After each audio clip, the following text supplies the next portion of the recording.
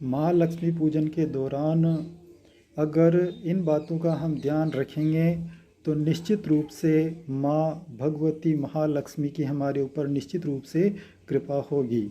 हमें क्या ध्यान रखना है? सबसे पहले अहम बात यह ध्यान रखनी है कि अगर इस दिन हमें विद्वान ब्राह्मण अगर मिल जाता है तो अशुभ समय भी शुभ हो जाता है। वैसे महालक्ष्मी पूजन का जो दिन होता है ये स्वयं में सिद्ध मुहूर्त होता है और उस पर भी अगर विद्वान ब्राह्मण जिस समय मिल जाए वही समय सबसे शुभ हो जाता है। शुभ समय में अगर विद्वान ब्राह्मण अगर नहीं मिलता है तो वो शुभ समय भी अशुभ ही माना जाता है, ये शास्त्रों का कथन है। तो इस बात की चिंता नहीं करनी है। विद्वान ब्राह्मण अगर मिल जाए तो वो सबसे ज़्यादा शुभ समय है, क्योंकि ब्राह्मणों के बारे में भगवान कृष्ण ने भी कहा है कि विप्र प्रसादात धरणी दोरोहम, विप्र प्रसादात कमलावरोहम, विप्र प्रसादात जिता जितोहम, विप्र प्रसादात मम राम रामम। मैंने ब्राह्मणों को प्रसन्न किया है, इस वजह से मैं धरणीधर कहलाता हूँ, अर्थात मैंने पृथ्वी का भार उठा रखा है। मैंने ब्राह्मणों को प्रसन्न किया है, इस वजह से मैं लक्ष्मीपति हूँ, कमलापति हूँ। मैंने ब्राह्मणों को प्रसन्न किया है, इस वजह से मैं अजिता जीतो हम, अर्थात मेरे ऊपर कोई विजय प्राप्त नहीं कर सकता, मैं अजीत हूँ।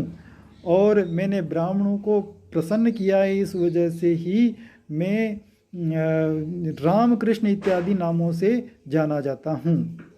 और भागवत में एक बात और भी कही गई है कि यदा देवेषु वेदेषु गोसु विप्रेषु साधुषु धर्मे मयि च विद्वेष स वा आसु विनश्यति। जब कोई ब्राह्मण अगर ब्राह्मणों से विरोध कर लेता है तो समझ लेना चाहिए कि उसका अनिष्ट होने वाला है। इसलिए इस दिन ब्राह्मणों का अगर आशीर्वाद मिल जाता है तो वो सबसे ज़्यादा उत्तम है।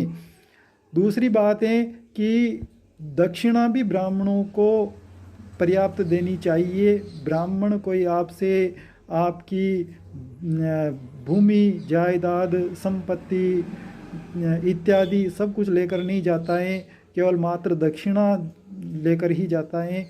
तो ब्राह्मण का रोम रोम पुलकित हो इतनी उसे उसकी दक्षिणा देनी चाहिए। अगर ब्राह्मण का रोम रोम पुलकित नहीं होता है, ब्राह्मण अगर खुश होकर नहीं जाता है तो आपका वो लक्ष्मी पूजन करना अनिष्ट हो जाता है, अशुभ हो जाता है। आप ब्राह्मण के श्राप ले रहे हैं, इसलिए ब्राह्मण आपके घर से संतुष्ट होकर जाना चाहिए।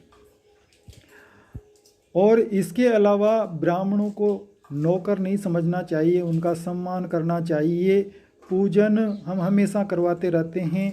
पूजन सामग्री ब्राह्मणों के आने से पहले ही हम जमा कर रखें। ऐसा नहीं कि पंडित जी आकर जमाते रहेंगे, क्योंकि दीपावली के दिन जो समय होता है वो बहुत कम होता है और उसमें अगर पंडित जी का समय है आपकी सामग्री जमाने में ही पूरा हो जाएगा तो हम इतनी कोई ज़्यादा दक्षिणा नहीं देते हैं उनको कि वो 2-3 घंटे तक अपने यहीं पूजन करते रहें।